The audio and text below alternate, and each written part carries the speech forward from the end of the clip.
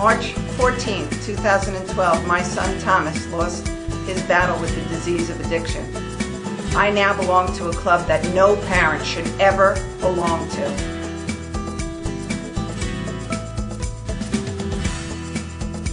Do you know the signs? Do you know the trends that children are doing in today's world?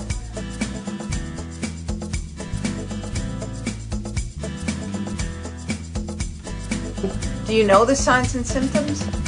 Do you know the signs and symptoms of drug abuse? I want to empower and educate Long Islanders by bringing a force of professionals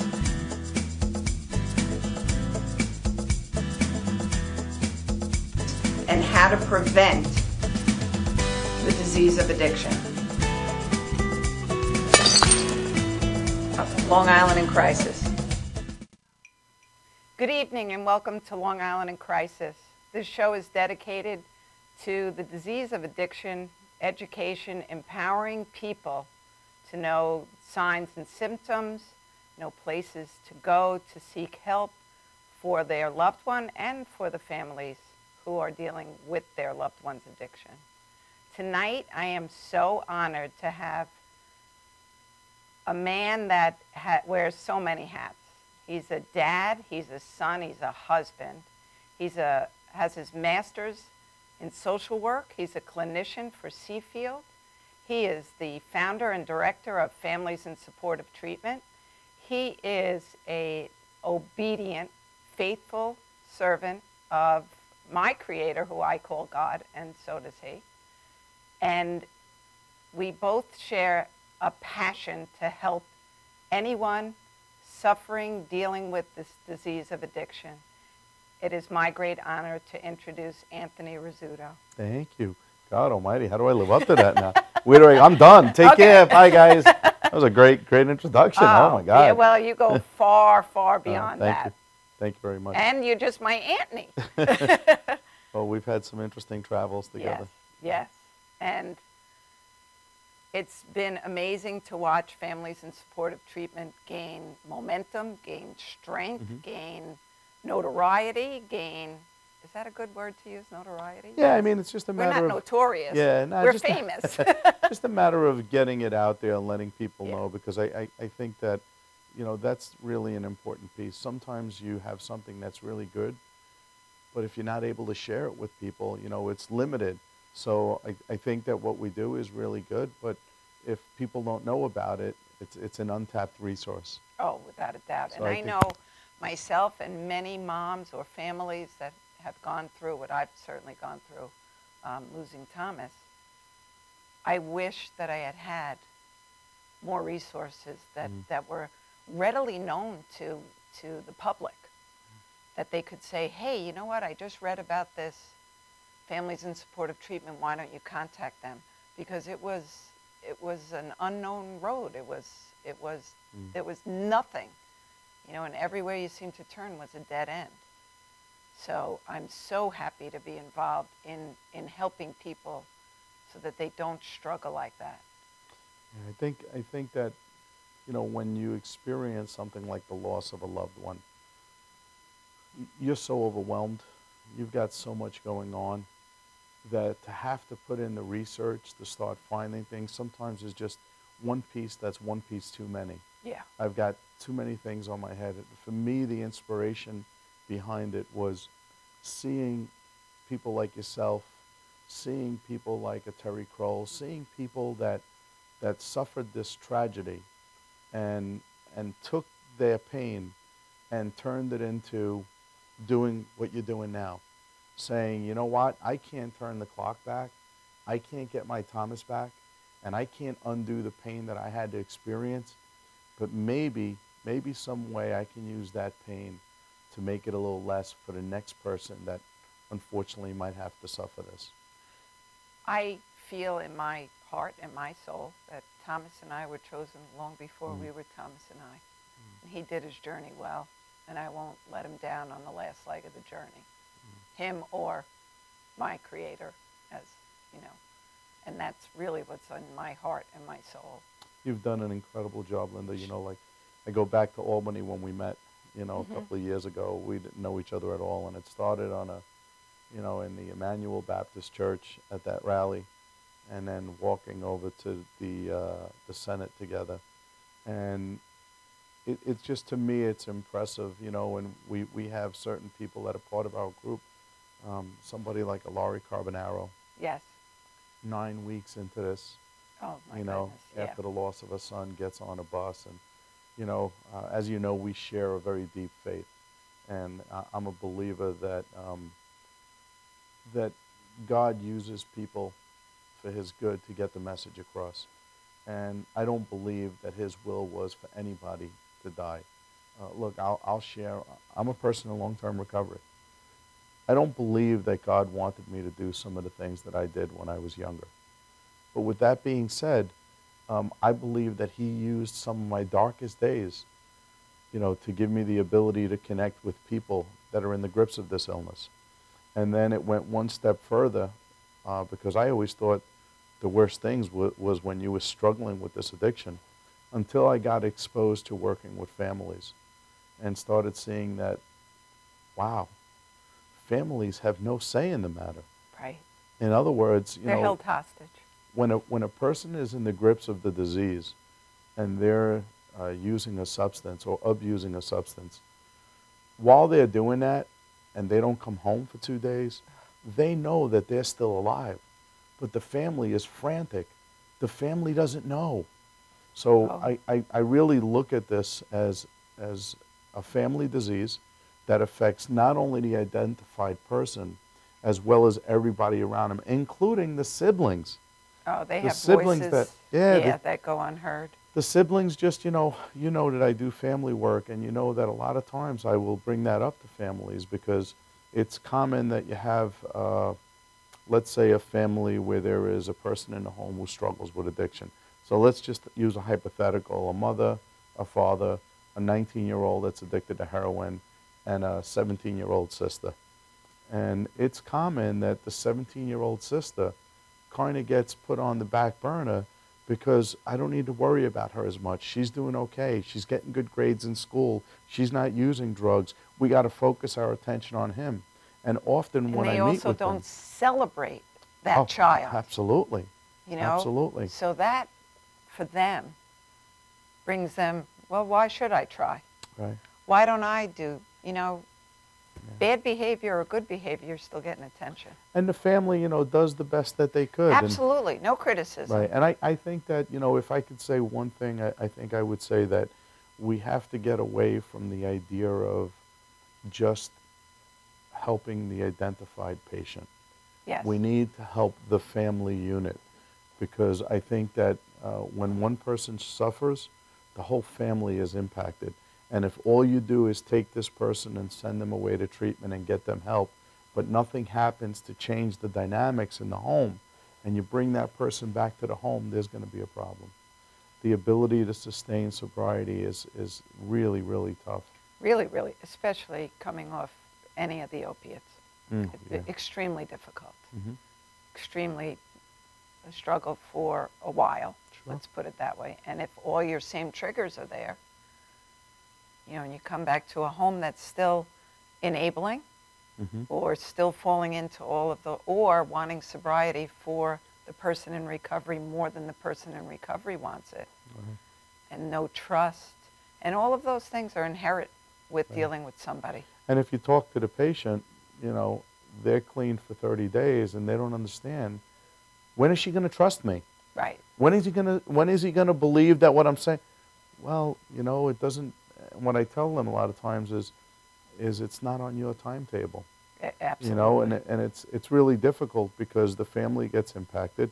And like I said, you know, they usually will send the patient away, but there's a lot of stuff going on with them. They're hurting. Yeah. And when the kid comes and says, "Mom, can I borrow $20?" right away it hits that sore spot. Like every time he asked me to borrow $20, I thought it was for real. I thought he really was going to the movie with his friends. I thought he was really going to get something to eat. I thought he was really going to put gas in the car. And then I hear this said a lot of times by families. I felt played. I felt betrayed. My trust was trampled on, and I couldn't trust anymore. So now you got the person who's doing well, who comes back, and there's all this damage that had been done, And if there's not some work done to undo that, and it's a process, it It's a doesn't process. happen overnight. No, Yeah. no, but everybody has to learn how to communicate then in a Absolutely. different way with each other. Mhm. I know it all too well, that's for sure. Sure you do. But the siblings too, you know, I worked with a young woman and her younger brother, and she was getting married. So she was, but the joy went out of her mom shopping with her for a wedding dress because it was talking about her brother and talking about all the things that, you know, and I remember sitting with her and watching this beautiful young woman doing well at her job, doing all the good, great things, and crying and saying, why can't she enjoy me? And I was like, wow. And I was in the midst of the whole thing too. So I used to go with her and enjoy those things, just, you know, as a friend, as somebody that could be more of a mom than a friend, Right. but to try to, you know, people don't realize, and you don't want to hurt anybody else while they're going through these kind of things by saying you need to pay attention to, because it's Right. often taken then as a criticism. And it's not done out of maliciousness. No. It's done out of the parent being consumed by the affected child and all of it being there. Because, you know, look, unfortunately, I've been sharing this a lot lately. I've been working in the field as a counselor for about 13 years. And I tell people all the time that, you know, I can count on one hand how many people I know or I have heard of that overdosed on alcohol. Not to say it doesn't happen, Right. but it's not a common occurrence. I can count how many people I heard of that overdosed on cocaine.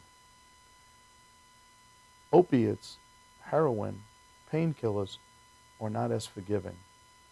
One time can be one time too many. And we don't have the luxury of that time frame. You know, like a lot of times people would say, not people in the treatment field, people will say, well, they need to get worse, and once they hit bottom, then they'll go ahead. Unfortunately, when you're dealing with addiction to opiates, and you know it better than anybody, the amount of people that we are losing is just, it's unacceptable, and we have to change status quo. You know, we can't use the same model that we used. If you think about like how we do anything today, you think about how we cook a meal, right? And how we cooked a meal years back, right? We had a stove, we had turned it on, we waited for the oven to heat up, and we did it. Now it's 30 seconds, right? Yeah. And that's to be able to adapt to people's work schedule, because they have to do more and more and more and more, and it's got to be quicker and quicker and quicker. I think that when we're dealing with addiction, first of all, I think that the 17-year-old that I'm dealing with today is very different than the 17-year-old I was dealing with 30 years ago. Oh, without a doubt. I mean, one of the things that we've been talking about a lot lately is the world is going a lot faster than the brain is adapting to it. And they have access on their phones to way too much information at any point in time. They don't ever turn their brain off. Right. There is no, Steve Chasman always says, the art of doing nothing. It's Kids tough. do not practice the art of doing nothing.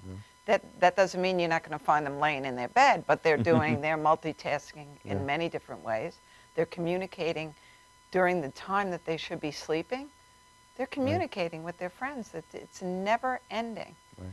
And they feel, I think, much more grown up than they honestly are. Well, I'll tell you, you know, I've done domestic violence work, and one of the things that I believe is going to be an outcome as we go forward, and I've already seen this happen, I see the inability to delay gratification. I also see the inability to hear the word no. Oh, my goodness. So what I see is, if you're a person that, so here's a perfect example. I worked with a counselor who was in his 50s about 10 years ago. And he was saying to me, Anthony, anybody under the age of 30 has a disability. And I said, what do you mean? He said, the need for instant gratification. And he said, it's not their fault. And we started talking about it. We started talking about how they have a real hard time delaying gratification. They want what they want, what they wanted. And I started thinking about it. So when I was younger, if I wanted to watch TV, I had to get up, I had to go over to the TV, I had to turn it on. And then when I turned it on, I didn't want to get up to go change it because I didn't want to watch a commercial. I watched the commercial. I dealt with something that I didn't want to watch because I was going to wait for the program to come back. So I was going to, you know, take care of myself, watch it. Now, today, right, and I had 2, 4, 5, 7, 9, and 11. Those were the channels. And 13. And 13, right. And if you watch Lucha Libre, it was on 41, you know. But if you think about it today, right, like, I don't want to watch that channel. I push a button. I instantly get what I want. I want to make a phone call. When I was growing up, if I was out, I had to find a payphone. And then I had to hope, I'm going to give away my age now, I had to hope I had a dime, you know, and find one and then be able to make that phone call. Now, I have 2 phones. Right. So as soon as that urge comes, I'm able to meet that urge, right? And we can do this with everything. I want to eat, okay? I don't have to wait 20 minutes to cook something. I can put something in the microwave, and in 30 seconds or a minute I can get it. So what that's led to is that's led to us not dealing with discomfort. So now what happens when you get in a relationship? What happens when you get in a relationship and things, and you know how it goes. That's just it. Next. So I think that we run into these problems where, you know, the ability to delay gratification has become harder and harder. I can't tell you, I've never seen as much anxiety in young people as I see today. I know. Hold that thought, and we'll be right back after this message.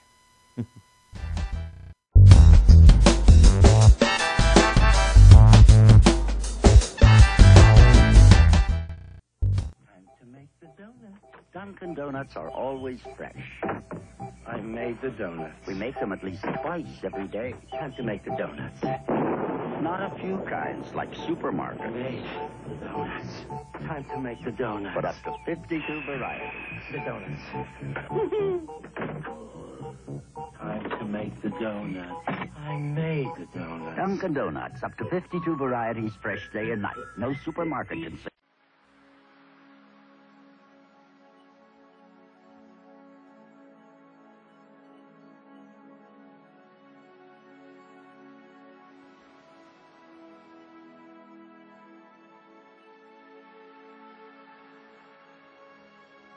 Hi, I'm Tatiana, and I'm a person in long-term recovery from heroin addiction. It was really, really hard, waking up in the morning, not knowing what to do, needing my next bag.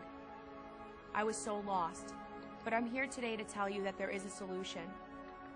When I was in my active addiction, I didn't realize that there was another way of life. I thought that that was the only way, because it felt so good to get high, but it was all an illusion, and I didn't realize that. But today, being 4 years clean and sober, my life is absolutely amazing. I'm able to travel, I don't need a drink, I don't need a drug. I'm just happy being with myself. I couldn't understand for many years why was I doing this? It's because I was an addict, but I didn't know it. Today, many kids are becoming addicted to drugs and alcohol, but they don't know exactly what they're getting into until they're out of it. And it's our job, it's my job, to stand for these kids, stand for their recovery, and fight for their addiction. So I'm the president of Onward Forever, and I provide recovery services and support. And we're here to help. We're here to just listen.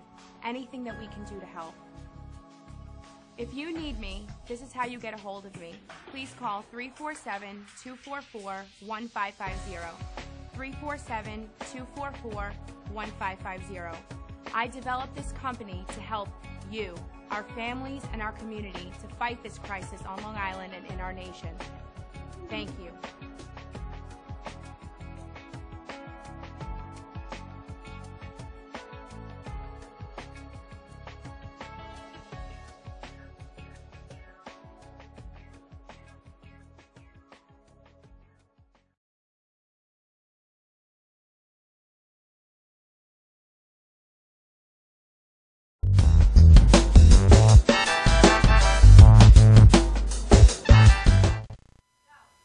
Welcome back to Long Island in Crisis. So Anthony, we were just talking about anxiety.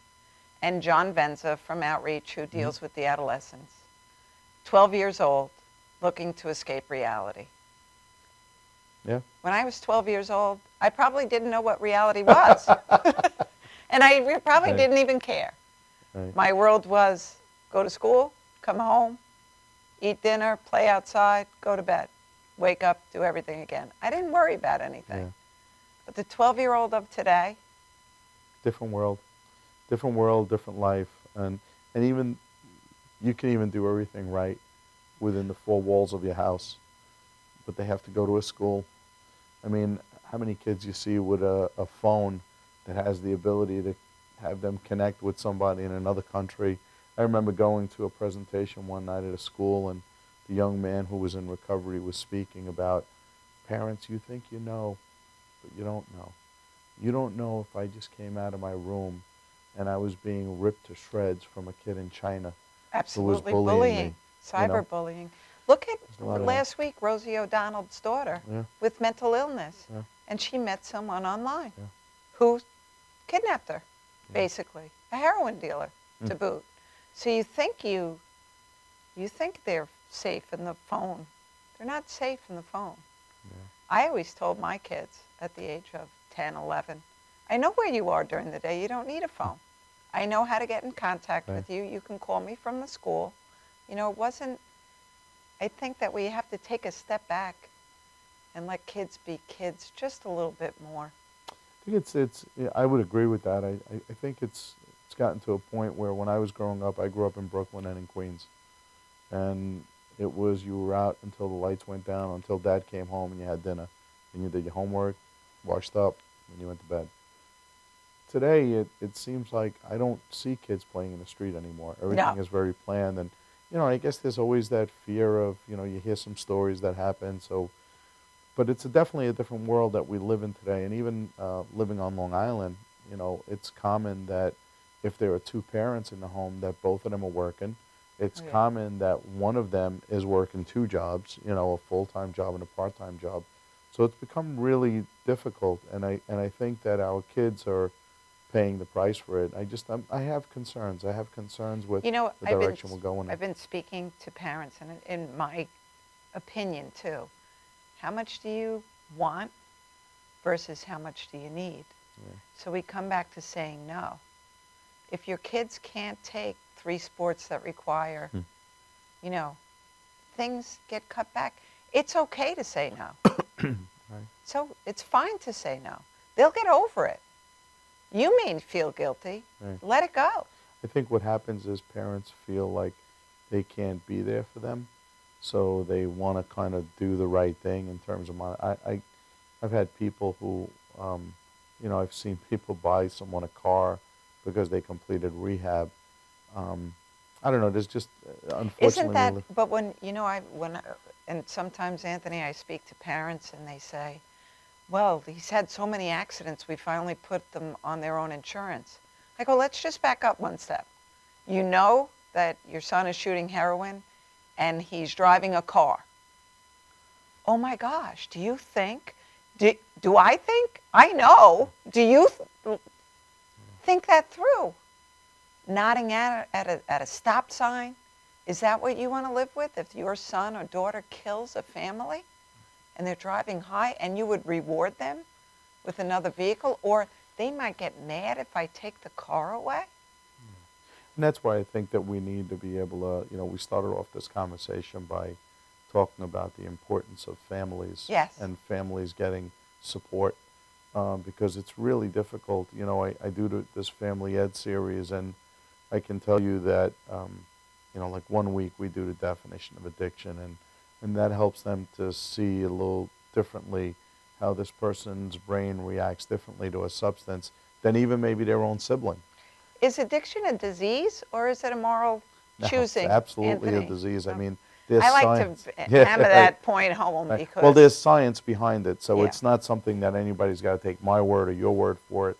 They could very easily go online. If you Google NIDA, National Institute of Drug Abuse, look at some of the work that Nora Volkov has done. I mean, they have PET scans, and I mean, there's a lot of science behind addiction being a disease. But, you know, the families, a lot of times what I find in this 4-part series, so I'll teach them about addiction. I'll bring in some speakers from family support groups. And then the one that's the biggest one is the codependency and enabling behaviors. I think a lot of Yes. times, you know, families are doing the best that they can with what they have. Absolutely. And I think that, you know, like I tell them all the time, I think helping someone that you love, especially a child of yours, is not a bad thing. Often what happens is helping turns into enabling. So, you know, a lot of times the conversation will come up and say like, well, what's the difference between them? And I said, look, this isn't an exact science, but in a general thing would be helping is when you do something for them that they can't do for themselves. Yes. And enabling is when you're doing something for them that they should be doing for themselves. And too often I see families don't want to let the loved one, you know, suffer the consequences of maybe being late for work or losing a job or something like that. And they keep covering and covering and covering. And then the person never develops any consequences and never makes any, you know, any change. So I think that, you know, that plays a part in addiction. But I think that the addiction that we're dealing with today with these opiates, if you really get down into the science of it, the spike in the dopamine levels is incredible. You know, there's a Dr. Stephen Dewey who does a lot of work in the field as well. He used to be at Brookhaven, now at Feinstein. He talks about percentages. He says any drug that people get addicted to is from an increase in dopamine. And he talks about how a natural reward increases your brain dopamine about 10%. So if you're a person that's really bad in math and you're a student and one day you get a test and you see a 90 on it, right away you get a spike in dopamine. If the boss calls you in and tells you he's giving you a promotion, you know, if you meet somebody and you're going out for the first time, there's a spike in dopamine. That's the feel good. Happy juice. That's the happy juice. And he said that you're talking about a natural reward brings your dopamine level like 5 to 10%. Crystal meth, a couple of milligrams of crystal meth is 900,000% increase in dopamine levels. Oh my gosh. So like a person who's never experienced that can't fathom what that's like. But that's where the addiction comes in. People get addicted to that euphoria. And often you will hear people say, I want to feel like I did the first time, but I just could never seem to get there. And they use more. Exactly. And they use more. Exactly. And they use more. And this is part of the problem is, you know, is the lack of knowledge of addiction. But I think more so, I think, you know, what we're looking at now, you know, we talk about this walk that we have. So Access to Sunday, treatment. we're going to, Yeah. Sunday, August 30th, this Sunday, 4 o'clock at the Great Lawn at Farmingdale College across from Adventure. It's Melville Road. Yeah, well, Melville one side Road. is 110 and Melville Road at Farmingdale State University, 4 o'clock to 8 o'clock. We encourage people to get there at 3:30. Looks like we're going to have a huge turnout. And this walk is for those who have lost their battle, those who are struggling with the disease, those that we celebrate in recovery. But I'm going to add, it's for any family on Long Island. We are losing a family a day. Someone will wake up tomorrow without a family member. If it was Ebola, if it was the flu, if it was any other disease, people would be outraged, standing up, you know, demanding something be done. There isn't anyone that I know, and I'll use a big statistic. 95% of people know someone who struggles, knows someone who knows someone. Let's come together. Let's unify Long Island. Let's show our politicians, let's show our society what we need. Let's walk together. Let's stand together. Because if you and I find so much passion, this isn't going to change, certainly not my life. Thomas isn't coming back after this walk. Right, He never right. will. Right. So why is it more important to me that society change, that laws change, that all of this?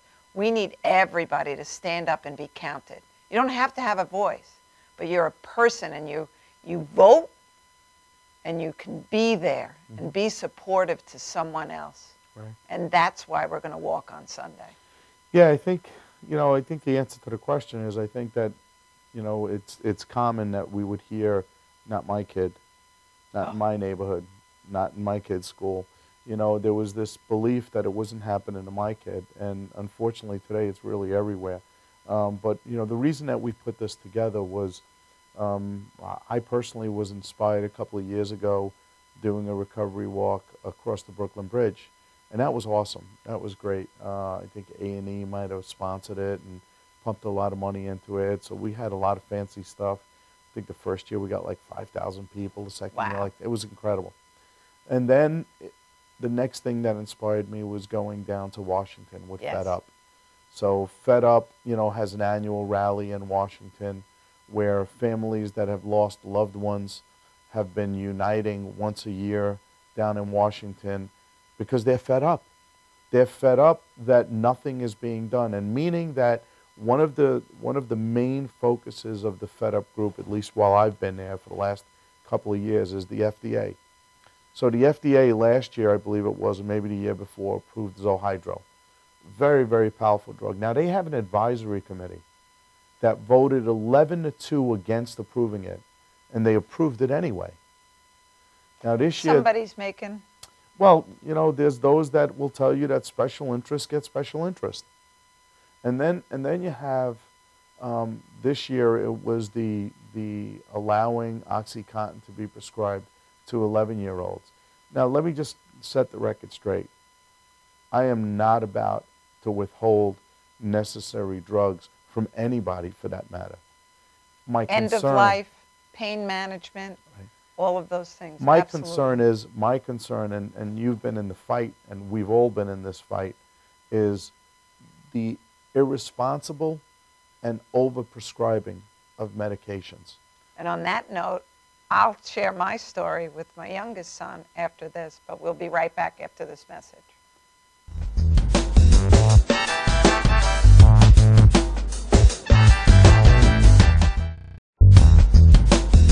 Luxury Coach is a full-service limousine and party bus company.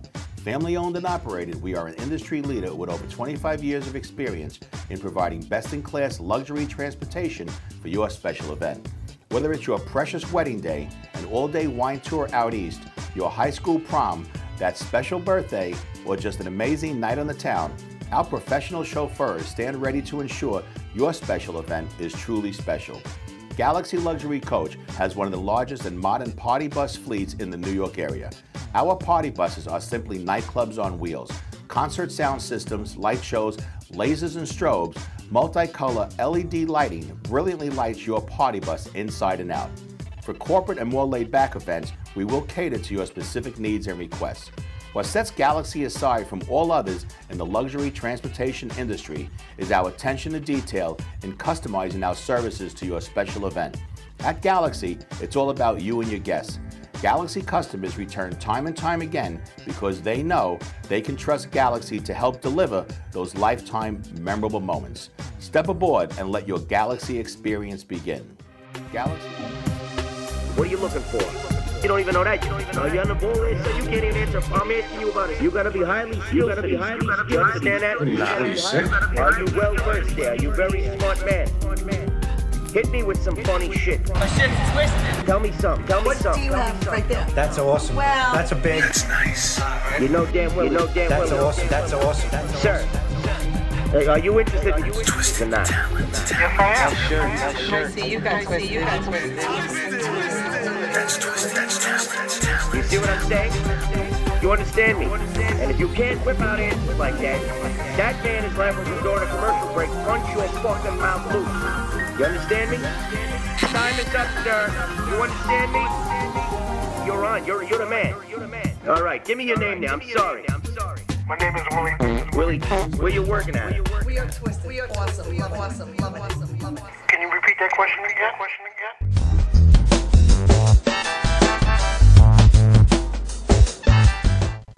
Welcome back to Long Island in Crisis and my special guest, Anthony Rizzuto. And so yes, last few years, we've actually fought and advocated for doctors' education, meaning that they would along with their continuing education, of which they have to do 50 hours a year. This would not be an increase to them, but these particular 3 hours would have to, they would be mandatory. That would not be an optional course. If you want to have your DEA license to prescribe narcotics. And big pushback from doctors. You're not going to tell us what to do. We know what to do, when it is a proven fact now that it started on a prescription pad. And I just had this unfortunate experience. My youngest son got hurt. And, you know, without going into so much detail, the doctor actually said, I said to the physician who's sending us home with Percocets, I already lost a son to the disease of addiction. Don't worry. If you take it as prescribed, you won't have a problem. 15 days of 4 times a day taking Percocet, I would have a problem, because I had a problem when he came home from the hospital on a Sunday, took 1 Percocet Monday night, 1 Percocet Tuesday night. Wednesday morning, he was in withdrawals from all the other medication that he was given while he was in the hospital. If we had taken those pills as prescribed, I'd be in a lot of trouble with my son. The part that's concerning about it is, I'm not a doctor, I'm not going to profess to be a doctor, but the part that's concerning about it as an addiction specialist is that when you mention that you lost a son to the disease of addiction, that inherently should bring up a flag that there is addiction in this family's history. Let me assess, you know, what's going on with him, and are there alternatives, you know, that are not, that don't have as addictive qualities as these particular opiates. Look, I sit on the Nassau County Heroin Task Force. Way back when Tom Swazi was there, and they wanted to do something about the epidemic. Kathleen Rice took the lead on it, and she had created this heroin task force. And they said, look, we need you guys to tell us what's going on and what can we do about it. And we broke down into 3 groups: treatment, legislation, and prevention. I was on the treatment one. At our first meetings, the first thing, we had about 8 or 10 people around the table. Some of the people that are very, very involved in this field, some great minds were at the table. And we all agreed that the #1 focus that we wanted to take a look at was the overprescribing and at times irresponsible prescribing by doctors. One of the people that are on the committee said that he had just had a root canal done, and the dentist gave him a script for 90 Percocet. And he looked at it and he said, what's this? And he said, oh, just in case you have any pain, you know, this way you're good. And he's like, Doc, 90? And he said, well, you know, you don't know, it might, you know, if this way, if you do run out and you don't got to pay another copay. Now, the reality is this: most human beings, if you give them Percocet, they're going to take it for maybe 2 days. They're going to use maybe 4 to 6 of those pills. Yes. And you're going to have like 84 of them in the medicine cabinet. See, this is just one small example of some of the problems. Now, do I think that doctor, you know, did it with any malice involved? Absolutely not. That was not the case. Right. I truly believe that the doctor didn't see this as being a problem. The same thing with the doctor that wanted to give your son the pills. Look, he's got this back injury. It could be pretty painful, you know, as long as he takes it, and that's the mindset. So the hours that you were talking about that we've been trying to get doctors to take a look at. Look, I have a case act, a credential alcohol and substance abuse counselor. I have to do 60 recredentialing hours every 3 years. Out of those 60 recredentialing hours, a couple of years ago, they passed a law that said a certain amount of hours had to be in child abuse and mandated reporter, and a certain amount of hours had to be in nicotine cessation, because they put a lot of emphasis on it. They thought it was really important. Right? So if we are in the midst of a heroin epidemic, and we have heard so many cases of athletes blowing out a knee and getting a script, and people who were not really involved in drugs started abusing the prescribed medications, why would we not do anything that we can? You know, at this walk, we're going to be reading 50 names of kids that are no longer, not kids, excuse me, because some of them are not kids. We're going to read 50 names of people that are no longer with us due to an overdose from the disease of addiction. If there is something that we can do to bring those numbers down, because for each one that loses their lives, there is many people that love and care about that person that are hurting. And if you already have to do 50 hours, why? What's the difference? Wouldn't you want to be part of the team? You know, so it just baffles Wouldn't my you want mind to be part of sometimes. the solution? Absolutely. So it just, you know, it concerns me. It concerns me that a lot of us that work in this field see that as not the problem, but definitely a part of the problem, because this is a multifaceted problem. Without a doubt. I'm not blaming it all on the doctors. There's many, you know, John, as I said, John was here last week. When you have 12-year-olds looking to escape reality. Right. That's exactly. With a you know, a brain that is not fully developed. Right. You're going to have a problem. And that was the concern when I heard about the 11-year-old with the being prescribed OxyContin. You know, one of the statistics that we know is that if we can delay the age of onset that a person starts using substances to 25 years old. Cigarettes, that includes? Having a beer? Right. The number of people that will become addicted drops down from immensely.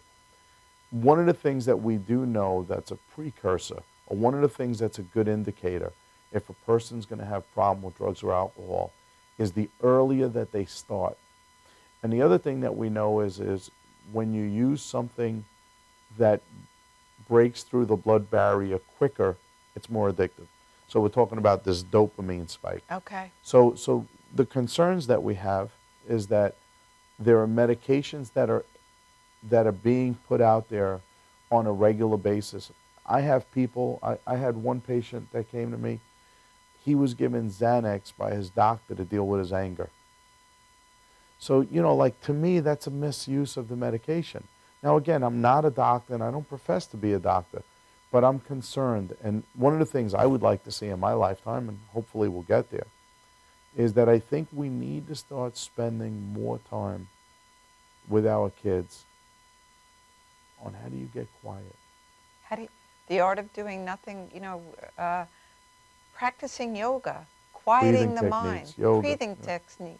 You know, all of these things can reduce anxiety. I practice yoga. I practice this. I know that without that, going through what I've been through, and no one would have criticized me if I turned to pills or alcohol, or anybody would have given me, but it still wouldn't have changed that I had to deal with the fact that I lost a child. Yep. So when I can get quiet and meditate through a yoga practice, or through just learning how to breathe, walk on the beach, do things like that, very empowering to each one of us. Right.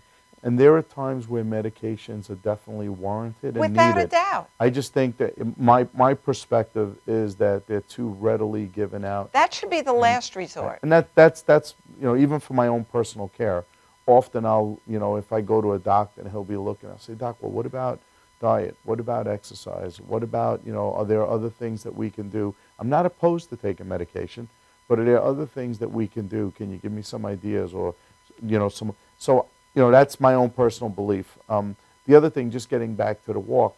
So I think that this walk, right now we have scheduled, we'll probably have about 700 people that we're looking to show up.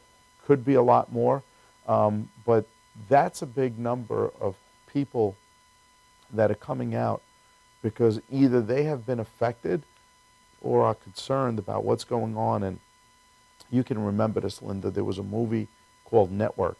Yes, yes. Where the person said, go put your head out the window and say, we're angry and we're not going to take it anymore. Absolutely. Now, this is going to be a peaceful walk. That's not, we're not looking to go out there and anything of that manner. But we do want to let it be known that we're worried. We're concerned. We're losing a generation. Yeah. Number one, yes, there are older people that we're losing also, but we are losing a generation of children.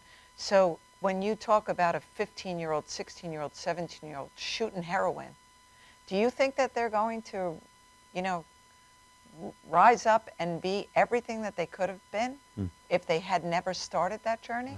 What damage does it cause to their bodies, to their brains? We don't know all those answers yet. But I know that I saw it with my son. I saw a definite change in how his brain reacted. I saw it.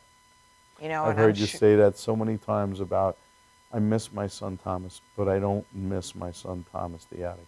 No. And the way you describe the differences in the behaviors, it's as if you were talking about two different people. He was two different people.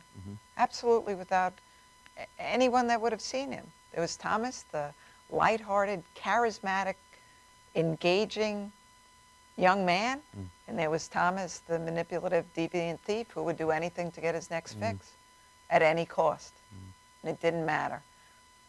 You know, and that's the disease. Right. That's the disease. It had nothing to do with him. Yeah, it He dictates. became the host. Yeah. You know, going forward, I think that this is a problem that, and I've said this on numerous occasions, this is a we problem. Yes. And it's going to require a we solution. And I really see this problem as having probably, the solution is probably going to be about 5 or 6 different components. For starters, we have to do better in taking away the access to the drug. It is too readily available. How is it possible that you can talk to any 17, 18-year-old and they can tell you where to get it? And so I think that we have to Where do to get better. heroin, where to get anything. So I think we have to work on the access, you know, preventing access to it. I think prevention, I think that we don't Starting do in enough. kindergarten. I think that we don't do enough when it comes to prevention. I'm going to have you hold that one Sure. thought, and we'll be right back.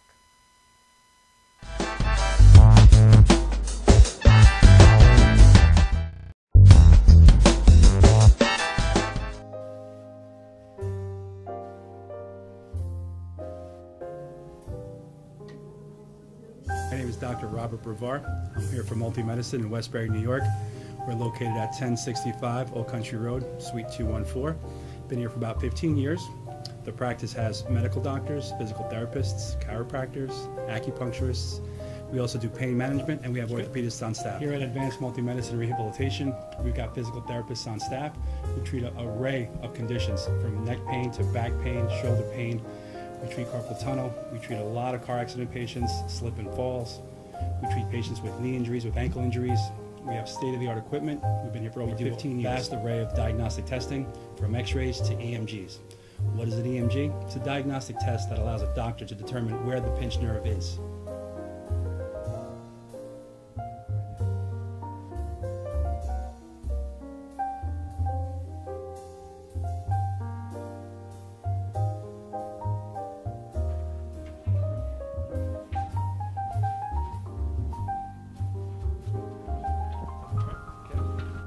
Cora is a physical therapist at Advanced Multi-Medicine and Rehabilitation. She's working on Stephanie, who was involved recently in an automobile accident.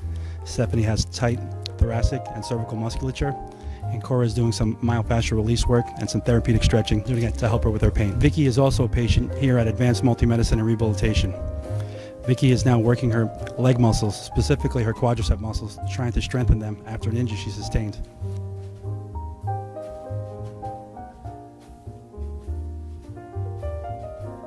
If you find yourself in need of any type of physical therapy, please don't hesitate to call Advanced Multi-Medicine and Rehabilitation, located in Westbury, New York, in Suite 214. Phone number is 516-334-7000, or find us on our website at advancedmultimedicine.com.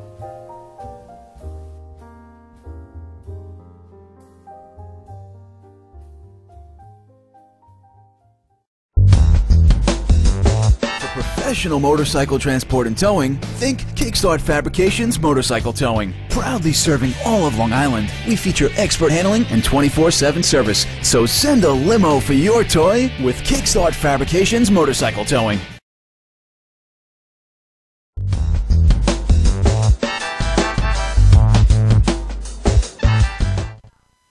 Welcome back to Long Island in Crisis, and Anthony, we're talking about the multifaceted.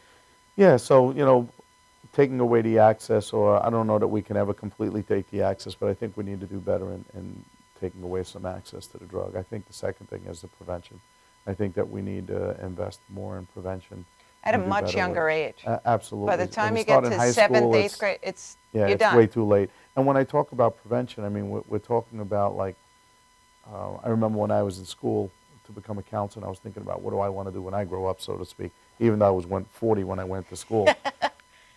It was, let's take a look at some of the precursors. So peer pressure, low self-esteem, insecurities, right? Can we put together a curriculum to help young people as they're developing? Self-esteem, right? big issue. So I think that prevention is definitely another part And of respect. this.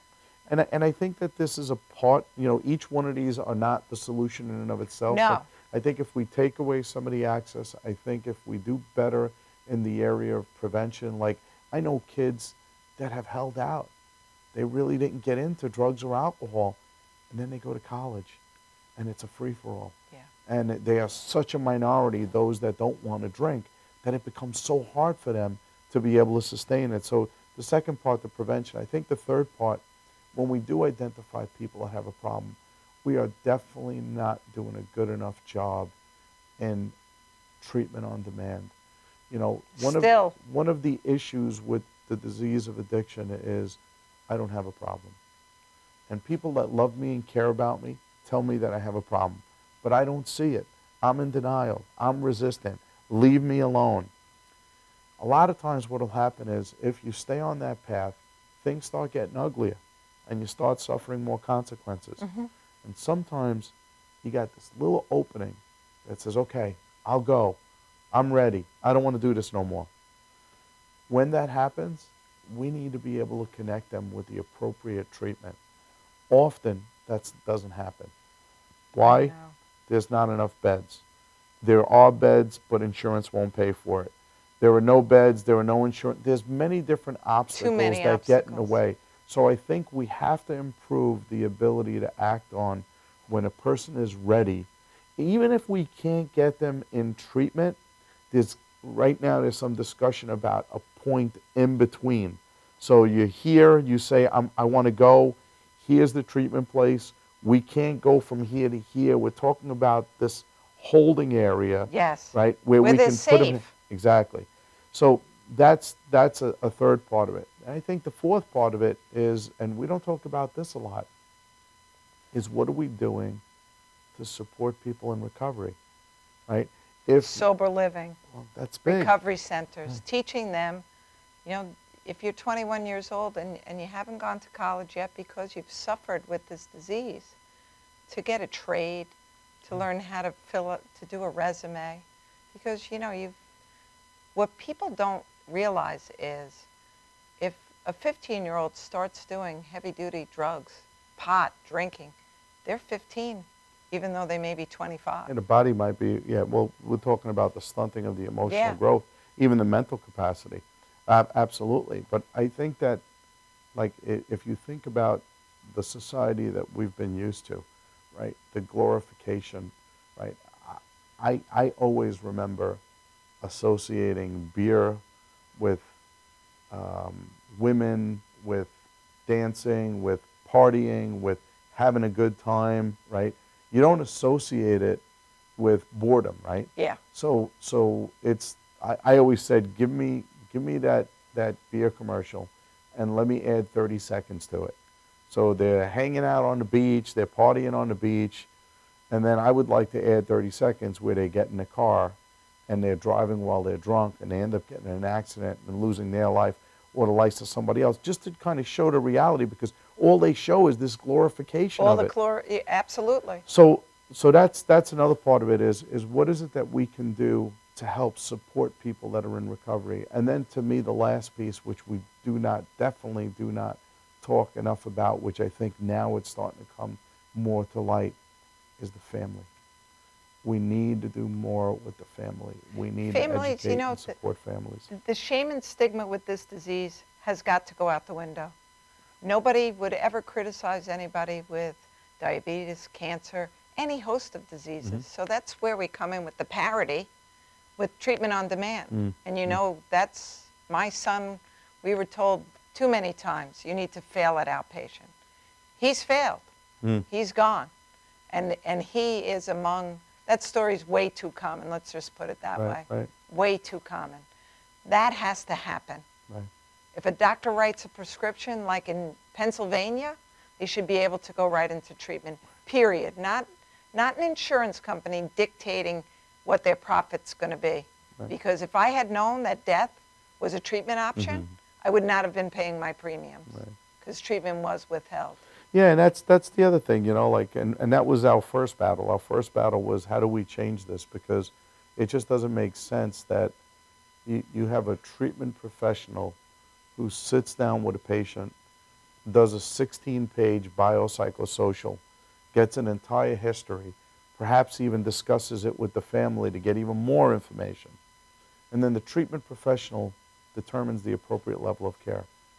And then we call up the insurance company and they say, no, they don't need to be in that high level of care. Put them in a lower level, and if they fail, then call us back. But going back to my original point, failing when you're dealing with heroin or opiates could lead to overdose and death. Absolutely, and that's my point. That's unacceptable. Yeah. That's unacceptable. You wouldn't, if you went to the emergency room tonight with your arm numb and chest pains, are they going to send you home and say, you know what, you don't really need anything. It's okay. Right. Or me as a woman, especially on Long Island with breast cancer so high. Sure. We know you have a fatal progressive disease, but we're good with you taking vitamins and going to talk therapy for the next 6 months. Right. Your disease may be progressed, but we're willing to take that chance. Absolutely. I'm not willing to take that chance anymore. And we can't, and that's been the mindset. And you know, one last piece I'd add on to that process. I think the last piece that I would add to, so we talked about getting prevention or taking away the ability to get the drug. So access, prevention, treatment, recovery, family. And then I think there's a piece that we should be doing more when it comes to legislatively. And I think here's a perfect example with, you know, with this doctor stuff. And I think that sometimes we have to have some laws changed, you know, because if we, you know, we started with the Suboxone, and the idea was, okay, great, this is going to be something that's going to help people detox, but they got to do this together with treatment. I know a lot of people that are on Suboxone that don't go to treatment. Oh, no, and they have to pay cash for their prescription. So but before we close tonight, Anthony, Sunday, August 30th, the Great Lawn, Farmingdale College, 3:30. We walk for people who have lost their battle. We walk for people still struggling. We walk for people in recovery, and we celebrate them. And we're there to support all the families that have been affected in any way, shape, or form by this, and come together and know that you have somebody else that you can speak to. Yep. There is treatment, there is help, there is support, there is whatever you need. I know we would find it for you. I think the title says it all. Uniting Long Island for Recovery, Walk for Hope. There'll be kids' activities, there'll be a live band, there'll be food, there'll be about 50 agencies there. Good stuff. We're freaking fun people. I know that. You know, and unfortunately we have people in my club, some of the best people that I wish I never met due to the circumstances that we're in, but they're there to support and bring in anybody else that's sitting at home struggling with the loss or with if their loved one's going through this disease. Yeah, it's tough. It's tough, but you don't have to do it alone. No. And that's one of the goals, is that you don't have to be alone in this. No, we can't do alone. We can do together. Yep. Fist. Absolutely. That's what the whole concept. Individually, our fingers are kind of weak, but when we bring them together in unity, there's strength, and that's part of the goal. Isn't that a beautiful thing? Sure is. Amen. Anthony's coming back next week, and then we're going to offer all the agencies, especially on Long Island, and I know that people watch this all over the country and the world, but for us here, we can certainly shed light on what facilities, what agencies, what's free, everything that anyone will need to know on how to access care. And on Sunday, if you come to the walk, or when you come to the walk, all the treatment providers will be there. Yep. A lot of And all the giveaways. agencies. How many are going to be there, 50. Anthony? 50 agencies Yep. that are there. And that's interventionists, private therapists, outpatients, detox, rehabs, residential programs, pretty much anything that a person struggling with the disease of addiction would need, as well as family support groups. That's a key component. Yep. Siblings, everybody. But come and just have a great day on Long Island. It's Yeah, going to be a looking forward beautiful to it. day. We're looking forward to it. The temperature says no more than 85 degrees. I think it's going to be an awesome day. The sun will be going down, so it won't even be that hot. Some good music. Yeah. Thank you for joining us this evening, and I look forward to seeing Long Island certainly out this weekend. And I wish you a blessed week, and see you next Tuesday. Thank you.